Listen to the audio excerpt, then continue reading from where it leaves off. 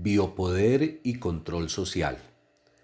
Ante todo, quiero expresar mi gratitud al colectivo Tejer y al espacio de los seminarios de pensamiento social, un espacio que he visto abrirse camino, crecer y resistir, por la invitación a participar en este 50º seminario de pensamiento social crítico.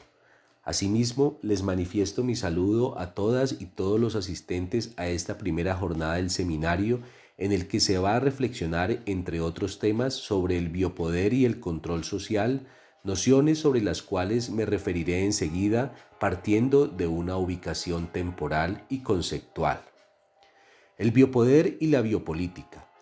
Las nociones de biopolítica y biopoder fueron desarrolladas a nivel conceptual por Michel Foucault en su curso de 1976 titulado Hay que defender la sociedad, aunque podríamos decir que prácticamente desde los inicios de la obra de este filósofo francés ya se iba perfilando una indagación acerca de la construcción de los saberes y la lucha de estos por imponerse sobre otros.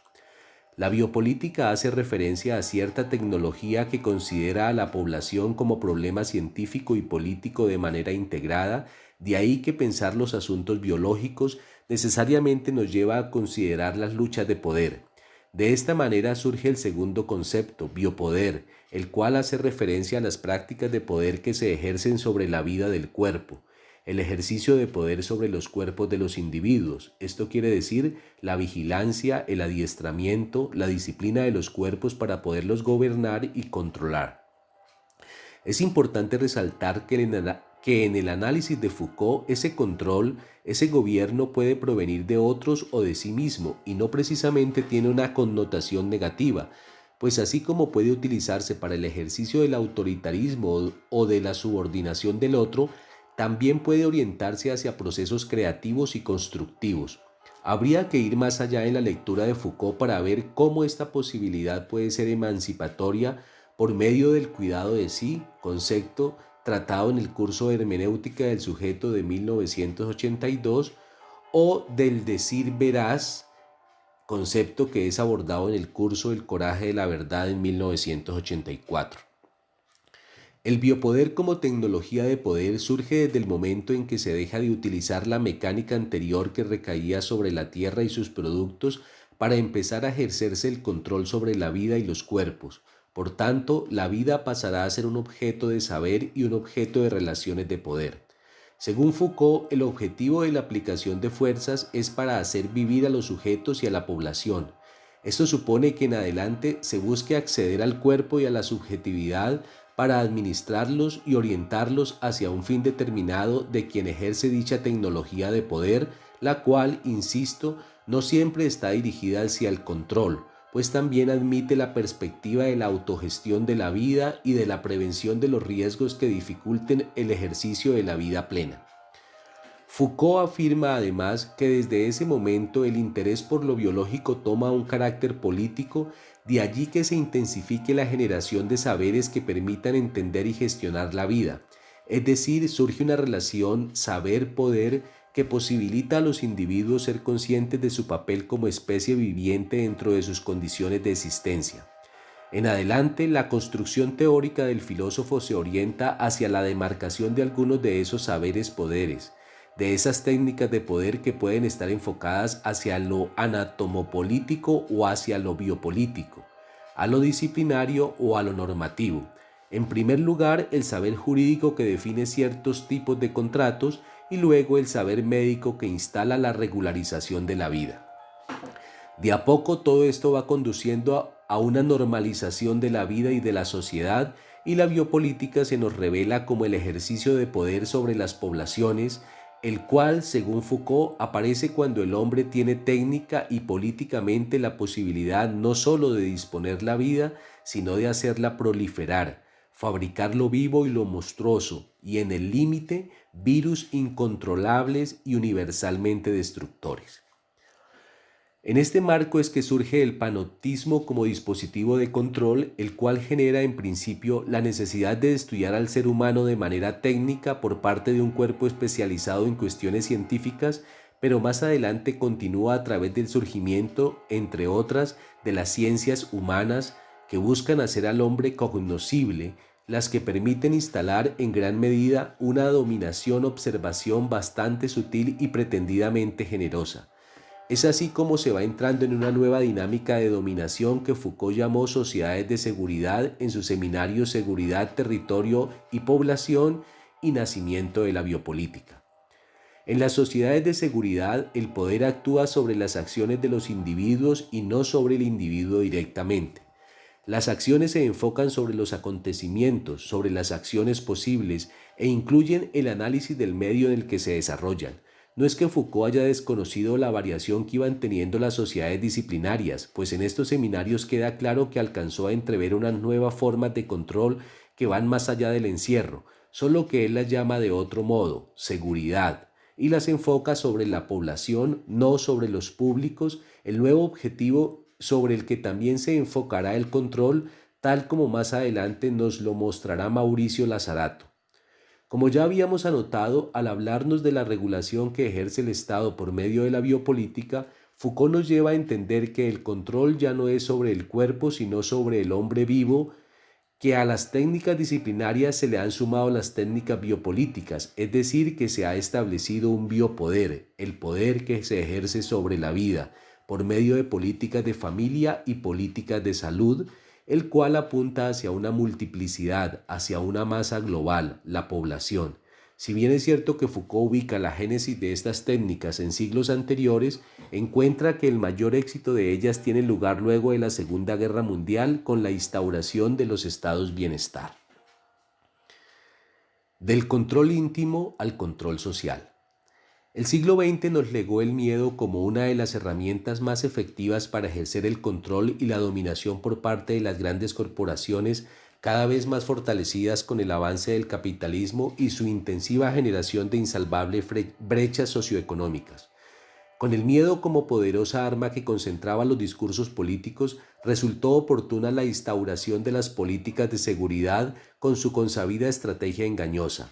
El miedo como tal no era la novedad en estos discursos, lo que sí resultó novedoso fue la forma que adoptaron y el carácter protagónico alcanzado dentro de la sociedad. Las poderosas ideologías revolucionarias del finales del siglo XIX y comienzos del XX, que habían hecho de la libertad, la equidad y la confianza los fundamentos de su lucha, se empezaron a ver debilitadas cuando las políticas de seguridad lograron interiorizarse y triunfaron sobre las aspiraciones al libre ejercicio de las voluntades.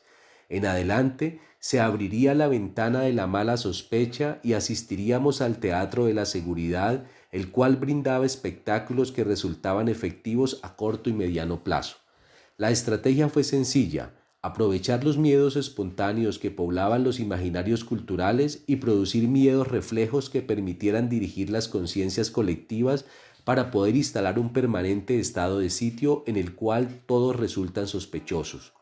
De esta manera se empezó a legislar en pro de la constitución de un ambiente seguro que pudiera disipar los miedos cotidianos. Los temores entrecruzados se convirtieron en un artefacto efectivo que lograba controlar al individuo y las colectividades y degradaba de paso la antigua noción de política, que hace referencia a la búsqueda del bien común para las mayorías, favoreciendo el mercado y la supuesta seguridad. Este mecanismo, aunque por una vía distinta a la desarrollada con fines teológicos, también pudo interiorizarse y ejercer su dominio desde adentro para evitar la actuación de los individuos como devenires revolucionarios.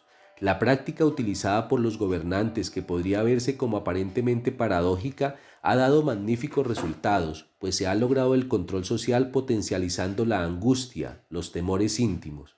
La lucha contra el miedo se ha realizado infundiendo más miedo, con la elaboración de armas sofisticadas, la construcción de muros, linderos y zonas restringidas, la propagación de cámaras de vigilancia, entre otras tantas estrategias, aunque según reza la doctrina Huntington, hay que negarse a vivir con miedo.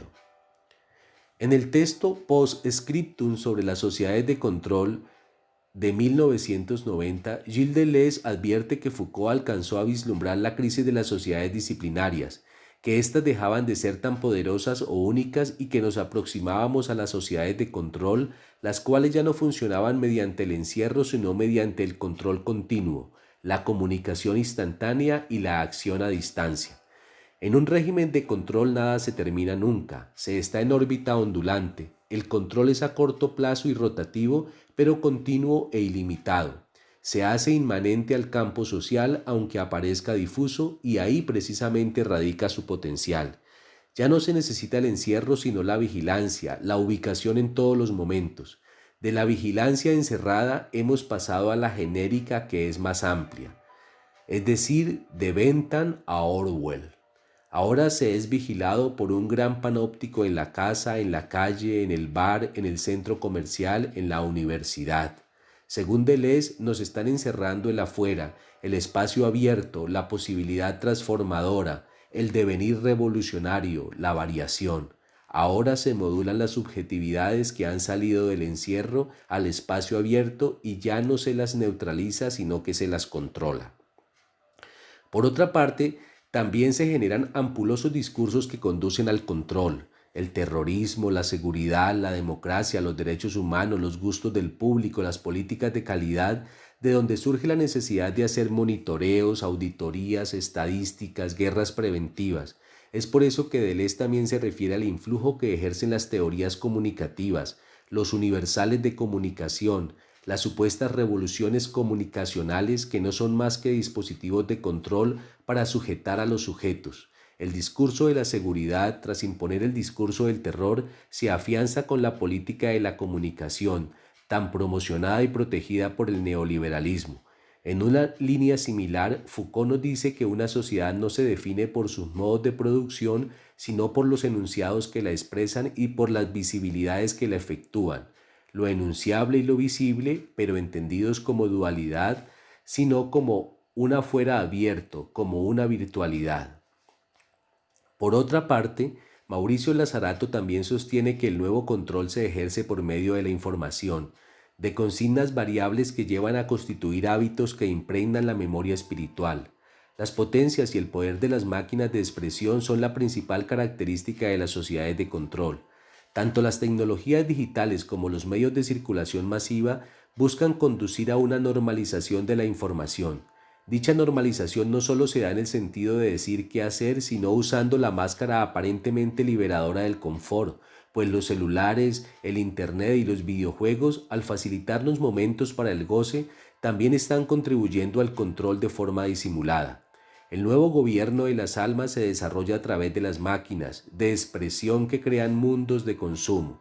Por eso, la nueva lucha está orientada hacia el manejo de los campos de la información, las bases de datos, las estadísticas, las proyecciones y las transmisiones. Es claro que con esta nueva dinámica también cambian las relaciones de producción. Es el caso del teletrabajo tan posicionado en los últimos tiempos que basa su poderío en la posibilidad de trabajar fundamentalmente con información. Según Lazarato, hay una modulación de los flujos de deseos, de las creencias y de las fuerzas que los hacen circular. Nos modelan los cerebros hasta constituir hábitos que se adentran en la memoria espiritual. El hombre espíritu es el primer sujeto hacia el cual se dirige el control para colonizarle la memoria.